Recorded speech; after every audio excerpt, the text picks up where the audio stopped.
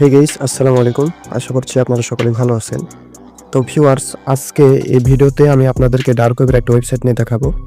তো আপনারা সবাই জানেন যে ডার্ক ওয়েবে বৈধ এবং অবৈধ দুই ধরনেরই কাজ হয়। তো আমরা যদি অবৈধ কোনো কাজের কথা বলি, সেটা হচ্ছে হ্যাকারদের হায়ার করা বা বিভিন্ন আম, অবৈধ ওয়েবসাইট যেগুলো আছে সেখানে মার্কেট প্লেসে কেনাকাটা করা বা এরকম হতে পারে। তো আসলে ডার্ক ওয়েব বলতেই যে খারাপ কিছু, বিষয়টা এরকম না।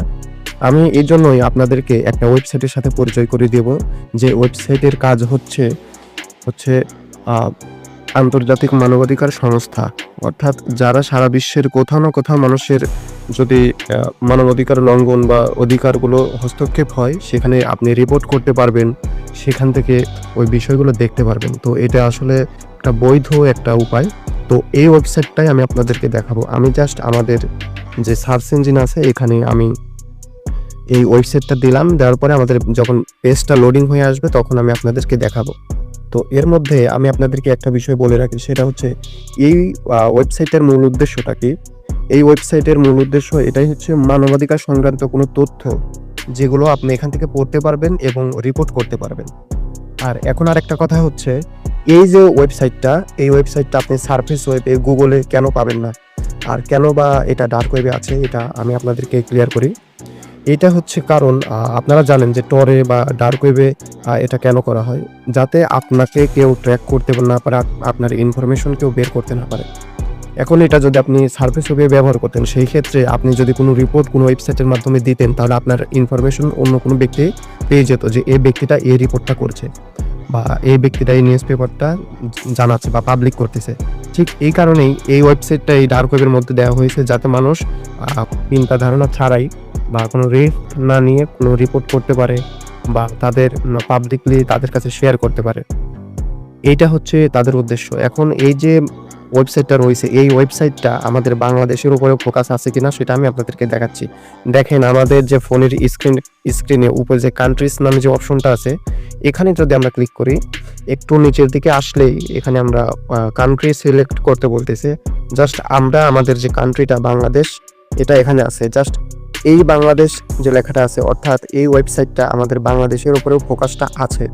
তো আমরা যদি বাংলাদেশের উপরে ক্লিক করি, এই ওয়েবসাইট থেকে আমাদের বাংলাদেশে মানবাধিকার কিছু লঙ্ঘন হচ্ছে কিনা বা বিভিন্ন রিপোর্ট করতে পারতেছি কিনা বা কি কি রিপোর্ট এ পর্যন্ত এসেছে, আমরা এখান থেকে দেখতে পারবো। এটা কোনো রিস্ক হবে না বা আপনি অনেক নিরাপত্তার সাথেই দেখতে পারবেন। আসলে এটা একটা বৈধ একটা ওয়েবসাইট। আপনারা তো মনে করেন যে ডার্ক ওয়েব অবৈধ অনেক কিছুই হয়। অবৈধের মধ্যে কিন্তু বৈধ কিছু আছে, সেগুলোই আপনারা দেখুন এখন।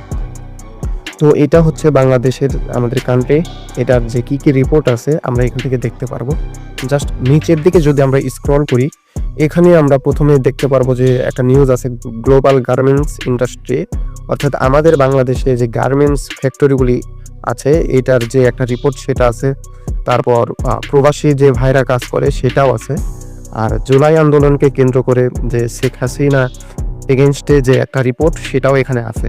জাস্ট আমরা যদি এখান থেকে ইচ্ছা করলে এখানে ভিউ অল নিউজ এখানে ক্লিক করলে আপনারা অন্যান্য যেসব রিপোর্টগুলো আছে সেগুলো আপনারা দেখতে পারবেন। তো আমরা যদি এই জুলাই আন্দোলনের এটা যদি সিলেক্ট করি, আমরা এটা সিলেক্ট করলে আমরা এইখানে একটু স্ক্রল ডাউন করলে নিচের দিকে এই নিউজগুলো দেখতে পারবো যে আসলে এখানে কি কি নিউজগুলো আছে। দেখেন, এই নিউজটা করা হয়েছে নভেম্বর মাসের 17 তারিখে 2025 সাল। এইটা হচ্ছে এই নিউজটা করা হয়েছে। তো এখানে তারা এই নিউজগুলো দিয়ে রেখেছে। এখন আপনি ইচ্ছা করলে এখান থেকে এই নিউজগুলো পড়তে পারতেছেন। এটা কিন্তু ইন্টারন্যাশনাল, আপনি নিজের কান্ট্রি থেকে যে দেখবেন সেটাও না।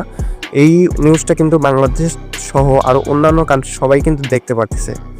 এমনকি আপনি ইচ্ছা করলে এই ওয়েবসাইটের মাধ্যমে আপনি আপনার আয়ত্তে থাকা যদি কোনো রিপোর্ট থাকে, সেগুলোও কিন্তু আপনি এখানে সাবমিট করতে পারবেন এবং আপনার তথ্য দেওয়া সকল ইনফরমেশন অন্য সকল দেশে তারাও দেখতে পারবে।